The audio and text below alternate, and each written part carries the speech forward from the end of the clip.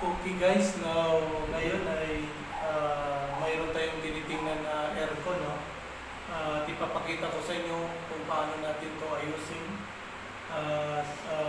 Kakaiba naman, no? Ito ay Kelvinator, 1 horsepower window, no? Window aircon. Kaya, pero bago ang lahat, no? Don't forget to like, share, and subscribe, no? Sa channel na ito, no? Sir Dennis. At kahapon na-check ko na to, no? Testingan natin. Ang problema nito ay hindi umandar yung fan motor, no? Pag start ng fan, ayaw gumana. Kaya chinik natin yung capacitor, ay okay naman, no? May palo naman.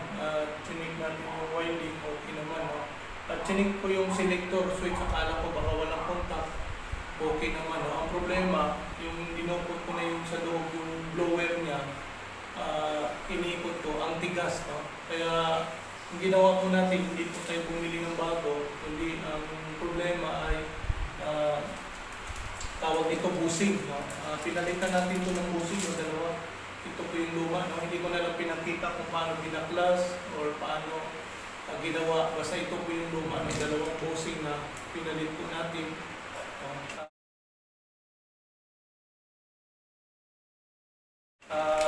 Kahapon ay hindi ko magalaw, no? Hindi ko umikot. Ngayon ay okay na, no? Umikot na siya.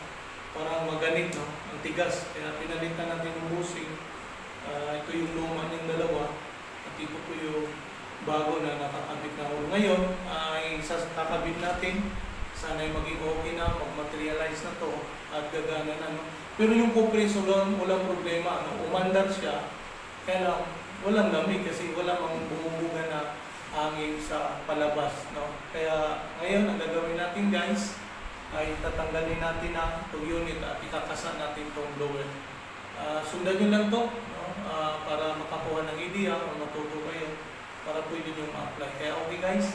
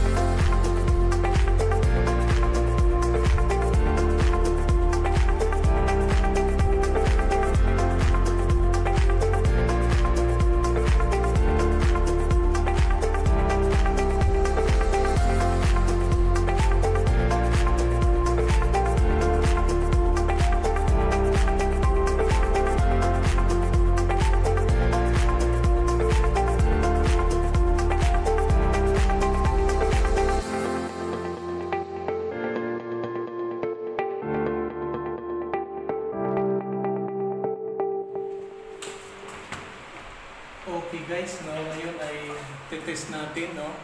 Hindi ko pa ito na-testing. Kaya ngayon ay sabay-sabay nating ma-witness or masaksihan kung okay siya, nag-materialize yung ginawa natin na ang problema palang hirap, no, kahapon nahirapan ako pag-trace sa problema nito. Pero salamat sa Panginoon, binigyan na tayo ng wisdom dahil ang problema lang, sabi ko nga, ito yung busing, no. Ito lang yun ang problema kasi medyo maganit na matigas. Kaya ginawa natin, pinalitan natin ang bago na. Para makita nyo guys, no, maglagay tayo ng tape, no, talagyan sa natin para makita nyo na gumana yung blower, no. Kaya yan, lagyan natin ng tape para at least actual makita nyo. Now, ngayon, iuuna natin para masubaybayan nyo. Now, check natin muna yung fan. Yun. Salamat, no? Salamat sa Panginoon kasi nag-materialize yung ginawa natin. Hindi ko ito chini kanina para at least mapanood ko ni actual na ginawa natin yun. Yung blower niya, gumana, no? Kita nyo naman. Yan. Fan pa lang yan, no? Maya-maya, i-on natin, no? I-on natin yung buksan natin yung thermostat and then umpisa tayo sa low fan or quiet. Yun, umandar guys. Kaya salamat, no, sa mga viewers. Salamat sa sumaybay sa channel na ito. At alam ko na marami kayong natutunan na marami na akong ni-reveal at step by step natin na ginawa natin po para mapulutan ng aral. But don't forget, no, to like, share, and subscribe, no, sa channel na to, no, Sir Dennis, sa panonood nyo para marami pa tayong ma-discovery. Ang salamat din sa mga viewers natin sa international na walang sawang sumuporta, nanonood, pati din sa local. Kaya thanks sa pagpanood nyo, maraming salamat at sabi ko nga, sundan nyo lang, no, para marami pa kayong matutunan. Okay guys, no, thanks for watching.